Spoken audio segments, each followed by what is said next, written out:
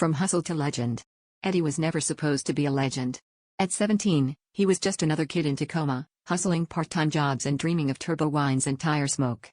The PNW drift scene was infamous, a world of midnight races on fog-choked mountain roads, where winners walked away with fat stacks and losers sometimes didn't walk away at all. Eddie's entry was humble, an old, battered Toyota Altezza he'd picked up with every dime he had. But the lure of quick money and street cred was irresistible. He found himself drawn in by promises of glory, falling in with a rough crowd, and taking risks that spiraled into a near-fatal police chase one stormy night, his car hydroplaning through the rain-slicked hairpins of a remote mountain pass. Bleeding and shaken, Eddie was rescued by Kenji, a quiet, enigmatic mechanic who ran a small auto shop hidden deep in the woods. Kenji offered him refuge, and something more, mentorship. Under Kenji's patient guidance, Eddie learned the art of building cars from the frame up, the importance of respect, and the humility that came from repeated failure. The mountain shop became a sanctuary, but the shadow of the underground drift scene loomed close. Ironically, the very roads where Kenji's shop sat doubled as the togue battlegrounds for the area's most notorious races.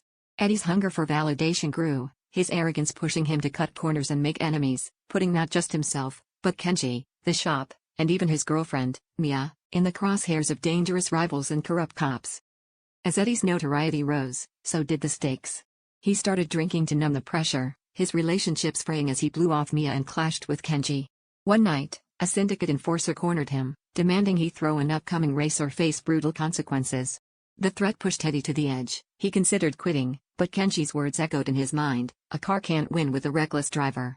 In a desperate bid for redemption, Eddie poured himself into building the Altezza, working with Kenji through sleepless nights, stripping the car down and rebuilding it, piece by piece, into a machine worthy of the mountain's respect. The finale came on a razor's edge, the championship drift event, the mountain pass slick with rain, police scanners alive with chatter, and rival crews baying for blood. Eddie raced not just for glory, but for everyone he'd endangered. He kept Kenji's lessons at the forefront, driving with discipline, not ego, threading the Altezza through impossible corners, his focus sharper than ever. When he crossed the finish line, cheers erupted, he had become a champion.